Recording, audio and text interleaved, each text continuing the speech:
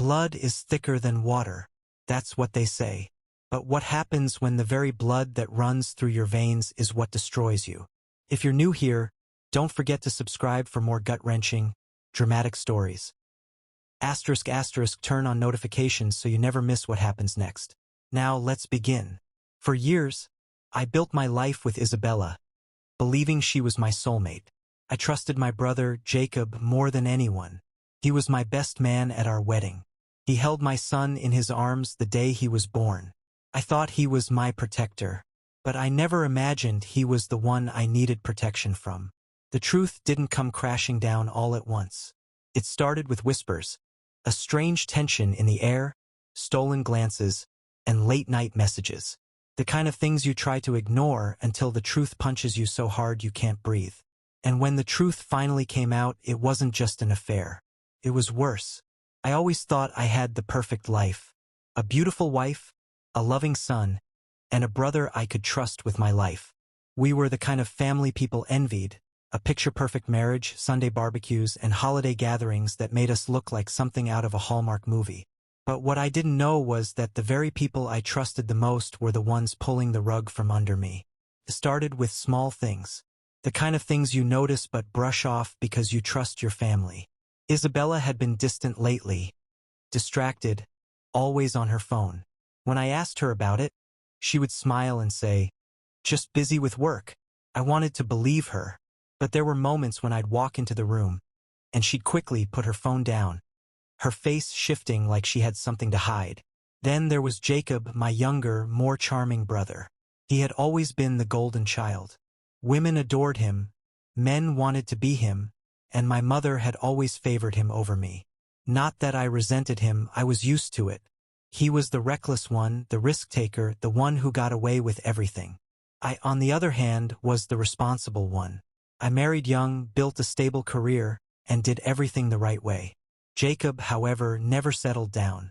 He jumped from woman to woman, never taking relationships seriously. So when he started coming around our house more often, I didn't think much of it. "Just checking in on my big brother," he'd say with that easy grin.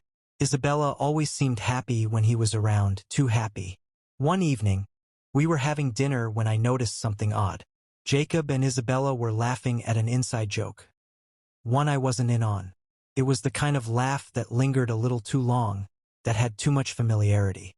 My gut twisted, but I ignored it, because why would I ever suspect my own brother? Then came the night everything shifted. I had gone to bed early, exhausted from work. Isabella said she'd be downstairs finishing some emails. I woke up in the middle of the night, thirsty, and went to get a glass of water. As I walked past the living room, I heard whispers. I stopped. My heart pounded. I peeked around the corner. Isabella was sitting on the couch, phone in hand, her face lit by the screen's glow. She was smiling. Then I saw the name on the screen. Jacob. A chill ran down my spine. I stepped forward, and the floor creaked. Isabella gasped and locked her phone so fast it was like she had something to hide. "James?" she said, wide-eyed. "What are you doing?" I asked, my voice calm but tight. She hesitated. "Just talking to Emily." A cold feeling crept into my chest. But instead of pushing, I nodded. "Okay." I walked back upstairs, but sleep never came. Because for the first time in my life, I didn't trust my wife. And worse, I didn't trust my own brother. The next morning, I woke up feeling like a stranger in my own home. The doubt from the night before clung to me like a shadow, and no matter how much I tried to shake it off, it wouldn't leave. I watched Isabella move around the kitchen, making breakfast like nothing had happened. Her lips curled into a smile when she saw me, but I could tell it wasn't real. It was forced. "Morning, babe," she said, placing a cup of coffee in front of me. I studied her, trying to see beyond the surface. "Morning." She sat across from me, her eyes darting to her phone every few seconds. I wanted to grab it and see what she was hiding, but I wasn't that man. Not yet. Then the doorbell rang. I didn't have to guess who it was. Jacob strolled in like he owned the place, flashing his signature grin. "Good morning, family." Family. The word felt like a cruel joke. Isabella perked up at the sight of him. She always did. You're early, I said, masking my irritation. Jacob shrugged. Mom's expecting us for lunch, remember? Right. Sunday family lunch. A tradition our mother insisted on keeping. It was one of the few things that still held our family together. The ride to my mother's house was unbearable. Isabella sat in the front with Jacob while I drove, their laughter filling the car. I gripped the steering wheel until my knuckles turned white. When we arrived, my mother, Margaret Harrison, greeted Jacob first, like she always did. "My sweet boy," she cooed, hugging him tightly before even sparing me a glance. I was used to it. Jacob was the golden son. I was just the responsible one, the one who took care of things, the one who never gave her trouble. But today, it stung more than usual. Lunch was a tense affair. Jacob and Isabella sat next to each other, whispering and exchanging looks, while my mother beamed at them like they were the perfect pair. Then she said something that made my blood run cold. "You know, Jacob, if you ever settle down, you should find someone like Isabella." Like Isabella. Jacob smirked, his eyes flicking toward her. "Yeah, Mom. Someone exactly like her." My fork clattered against my plate. Isabella cleared her throat and reached for her wine glass, avoiding my gaze. I forced a smile. "Excuse me." I needed air. I stepped onto the back porch, inhaling deeply. My thoughts raced. Was I imagining things? Was I being paranoid? Then, a soft voice behind me. "She adores him, you know?" I turned to see my sister, Lena, the only person in the family who ever truly saw me. I sighed. "She always has." Lena leaned against the railing. "She never appreciated you the way she should have. But James, there's something else." I looked at her, my heart pounding. "What do you mean?" Lena hesitated, then lowered her voice. "I see the way Jacob and Isabella look at each other. And Mom notices too. She just pretends not to." I felt like the ground had been pulled from under me. My own mother knew? Lena placed a hand on my arm. "James, I think you need to open your eyes before it's too late." Too late for what? I didn't know then, but I was about to find out. Lena's words followed me home, circling my mind like vultures waiting to feast on the carcass of my peace. "Open your eyes before it's too late." Too late for what? I tried to push the thought away, but it clung to me like a disease.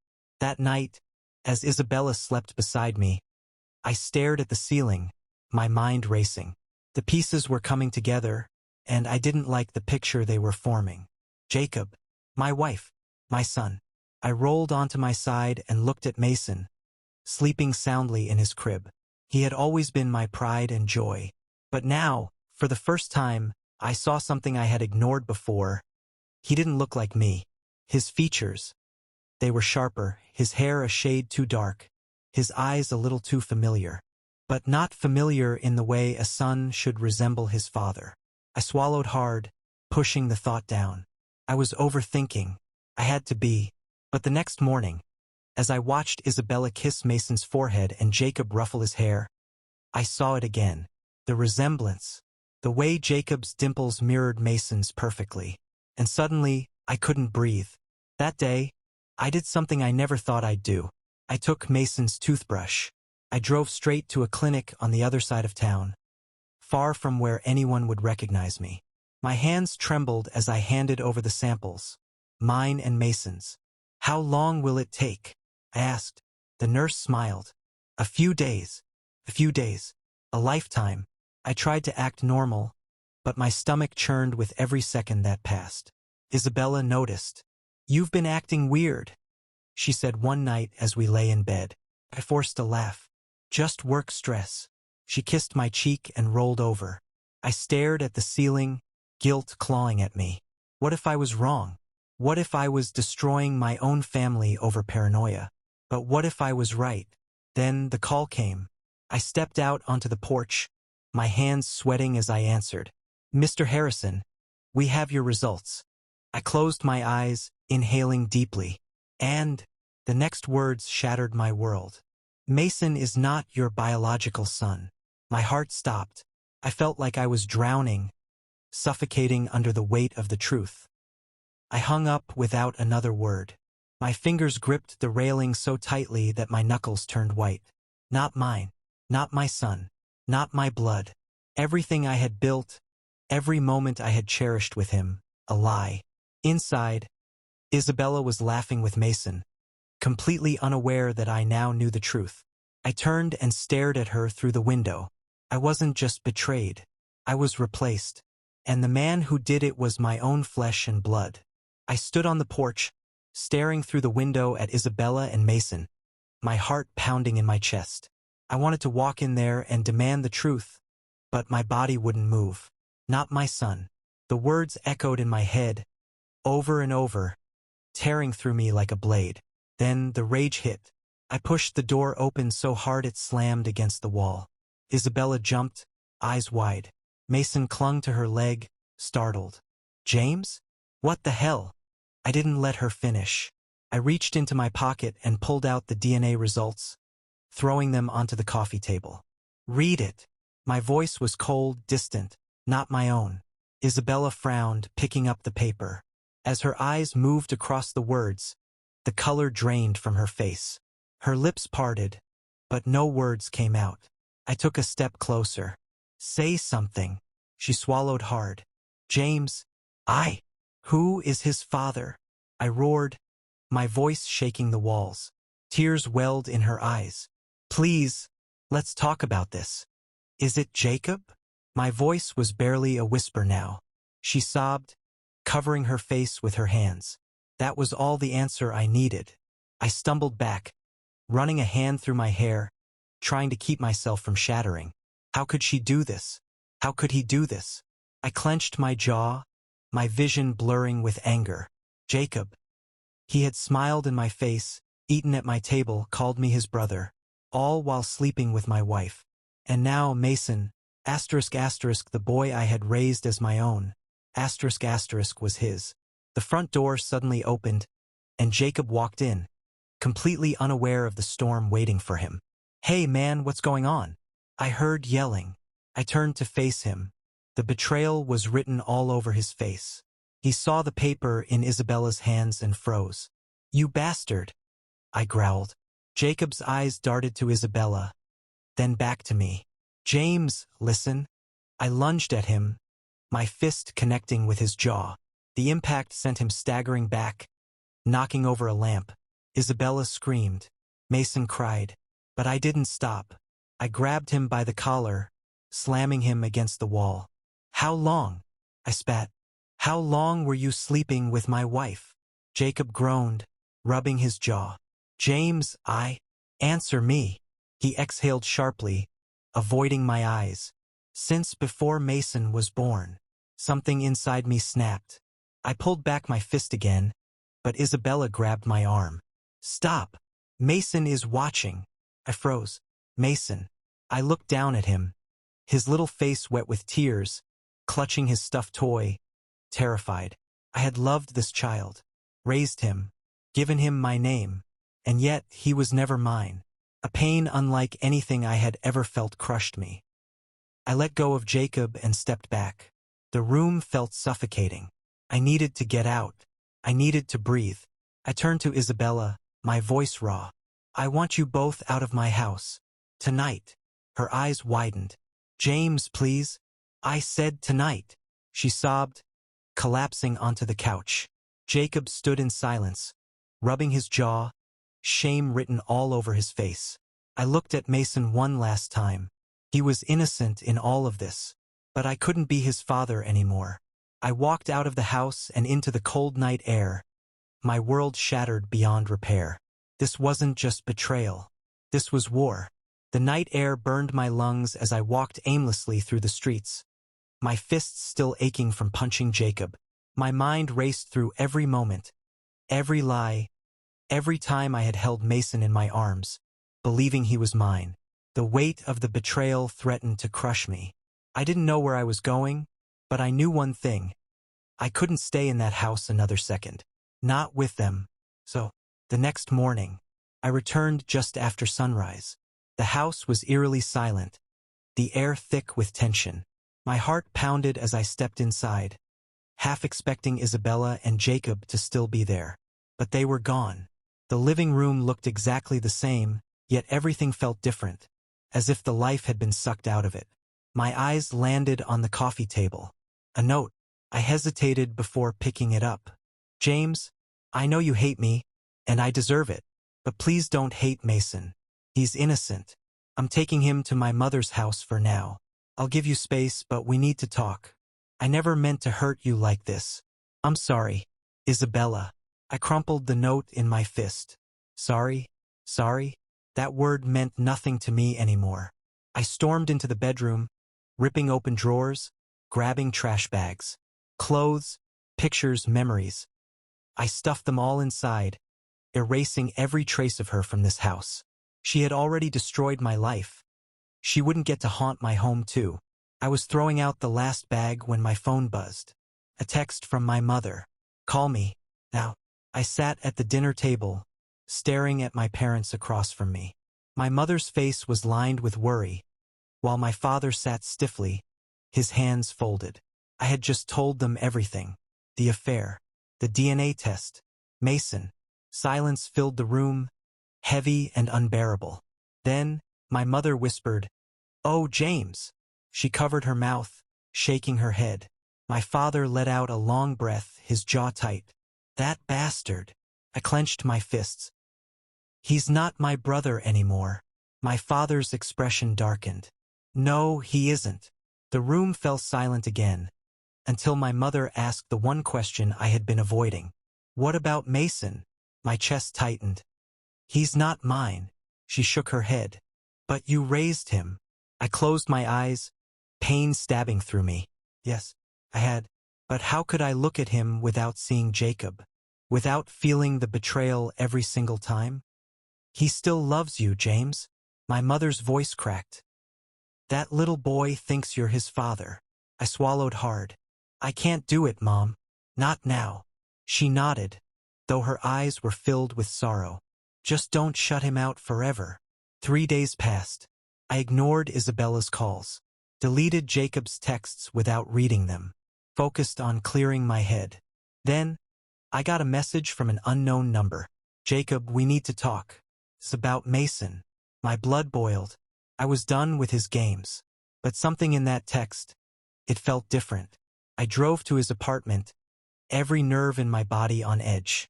When he opened the door, he looked awful. Bruises still visible from our fight, his eyes hollow. What do you want? I snapped. He ran a hand through his hair, exhaling. Look, I know you want nothing to do with me, but this isn't about me. It's about Mason. I crossed my arms. What about him? Jacob hesitated. Then, in a voice so quiet I almost didn't hear it, he said, He might not be mine either. The room spun. I gripped the doorframe. What the hell are you talking about? Jacob sighed. After the fight, I confronted Isabella. I demanded the truth. She finally admitted it. He looked up, his face haunted. She was sleeping with someone else too. My breath caught. What? Jacob swallowed.